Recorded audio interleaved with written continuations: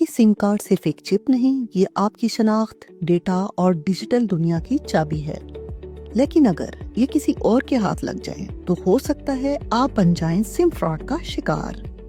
एक जाली या चोरी शुदा सिम के जरिए आपका बैंक अकाउंट हैक हो सकता है, व्हाट्सएप हैक हो सकता है और आपके OTPs चोरी हो सकते हैं। तो आइए करें अपनी शनाख्त का तहफ़्फ़ुज़, जिसके लिए हैं कुछ आसान इक़दाम। पहला कदम, अपने CNIC पर रजिस्टर्ड सिम की तादाद चेक करें। अपना शनाख्ती कार्ड नंबर बगैर डैश के भेजें 668 पर। दूसरा कदम, अगर कोई ऐसी सिम आपको नजर आए जो आपके ज़ेरे इस्तेमाल नहीं तो फौरन रिपोर्ट करें और ब्लॉक कराएं। तीसरा कदम, सिर्फ कंपनी के मजाज नुमाइंदे से सिम खरीदें।